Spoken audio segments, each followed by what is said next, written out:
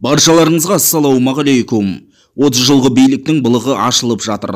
Бұл жолы тұңғыш президент Нұрсұлтан Назарбаевтың үлкен қызы Дариға Назарбаеваның күйеуі Қайрат Шәріпбаевтың ісіне қатысты, яғни ол төрағалық еткен Қазақгаздағы заң бұзушылықтар анықталуда.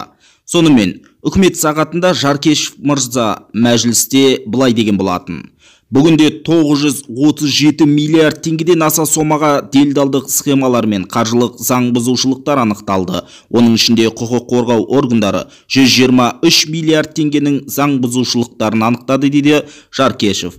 Ал Қайрат Шәріпбаев Қазақгаз компаниясының төрағасы қызметінен қаңтар оқиғасынан кейін кеткен болатын. Ал енді дәл осы заң бұзушылықтарға Дариғаның күйеуі Қайрат Шәріпбаев жауап беруі мүмкін бе? Сіз қалай ойлайсыз? Төмендегі комментарийге міндетті түрде пікір қалдырыңыз, каналға жазылып қолдау білдіруді ұмытпаңыз.